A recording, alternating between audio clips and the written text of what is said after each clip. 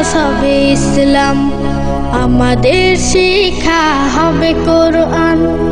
আমাদের সিলেবাস হবে ইসলাম, আমাদের শিক্ষা হবে কোরআন। জাগতিক শিক্ষায় দীক্ষা নিলেও, জাগতিক শিক্ষায় দীক্ষা নিলেও এই বুকে থাকবে অটুট ঈমান। আমাদের সিলেবাস হবে ইসলাম, আমাদের শিক্ষা হবে কোরআন। আমাদের সিলেবাস হবে ইসলাম, আমাদের শিক্ষা হবে কোরআন।